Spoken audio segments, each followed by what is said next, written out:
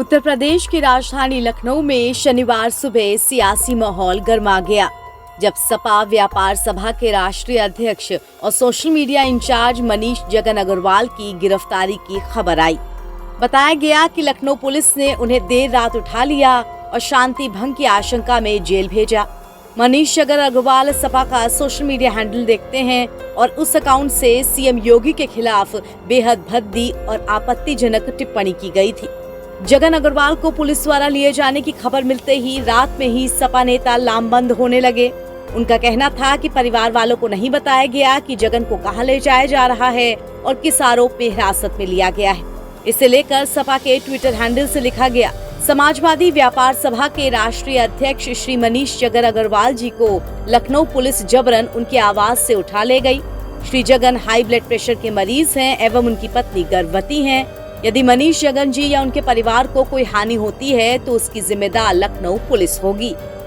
फिर इस मामले में लखनऊ पुलिस द्वारा जानकारी देते हुए कहा गया, सोशल मीडिया पर आपत्तिजनक पोस्ट के माध्यम से समाज में लगातार नकारात्मक अशांति और हिंसा उत्पन्न करने की प्रबल संभावना के निवारणार्थ मनीष जगन अग्रवाल को गिरफ्तार कर उनके विरुद्ध अग्रिम विधिक कार्रवाई की गई। हालांकि पुलिस की इस पोस्ट का जवाब देते हुए समाजवादी पार्टी के मीडिया सेल ने फिर से लिखा, यदि श्री मनीष जगन अग्रवाल द्वारा कोई भी आपत्तिजनक पोस्ट किया गया है जिससे अशांति और हिंसा की स्थिति उत्पन्न होती है तो वो पोस्ट लखनऊ पुलिस साझा करे, अन्यथा निराधार बातों से विपक्ष के नेताओं का शोषण बंद करे। उधर समाजवादी पार्टी की ओर से विरोध प्रदर्शन की आशंका को देखते हुए सपा कार्यालय के बाहर पुलिस की सुरक्षा कड़ी करने के साथ ही बैरिकेडिंग की गई। कई पुलिस थानों की फोर्स भी सपा कार्यालय पर तैनात की गई। इसी के साथ सपा प्रमुख अखिलेश यादव ने मीडिया से बात करते हुए इस मुद्दे पर बीजेपी सरकार को घेरा। देखिए, कल रात से ही मुझे जानकारी मिली कि आपके सोशल मीडिया जो नहीं चला रहा है आजकल, उससे काम छीन लिया था उसी समय जब मैं खुद गया था। नई जिम्मेदारी ये दी गई कि वो राष्ट्रीय अध्यक्ष बनाए गए व्यापार सभा के मनीष जगन अग्रवाल, और पार्टी की तरफ से जो नाकामी है सरकार की और जो व्यापारियों के सामने संकट और परेशानी है उसको उजागर करें। तो अगर उनका पेज आप देखोगे तो वो व्यापारियों को लेकर के ही अपनी बात रख रहे हैं कि कहां व्यापारियों के साथ ये सरकार भेदभाव कर रही है, कहां व्यापारियों को ये बुला रहे हैं इन्वेस्टमेंट के लिए और उनका कोई सम्मान नहीं हो रहा है। जीएसटी को लेकर के व्यापारी चिंतित है।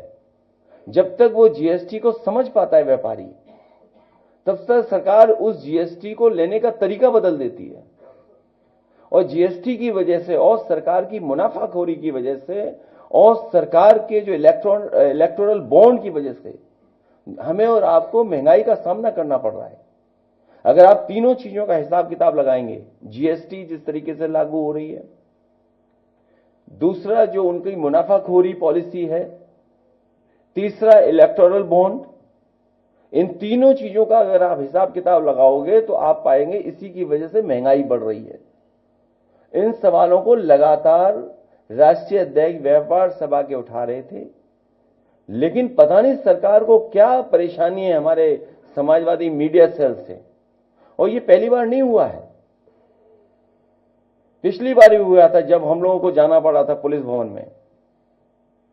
ये बीजेपी के लोग पूरी पुलिस को बीजेपी का बना दिया है।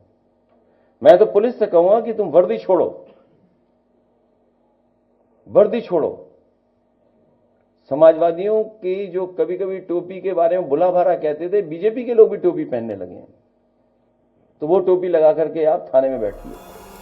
हालांकि ये कोई पहली बार नहीं है जब सपा नेता मनीष जगन अग्रवाल ने सोशल मीडिया पर कोई अश्लील या अभद्र बात लिखी हो। उनका अकाउंट पहले से ही ऐसी टिप्पणियों से भरा हुआ है और विवादित पोस्ट लिखने का उनका इतिहास पुराना है, मगर इस बार मामला काफी आगे बढ़ चुका है।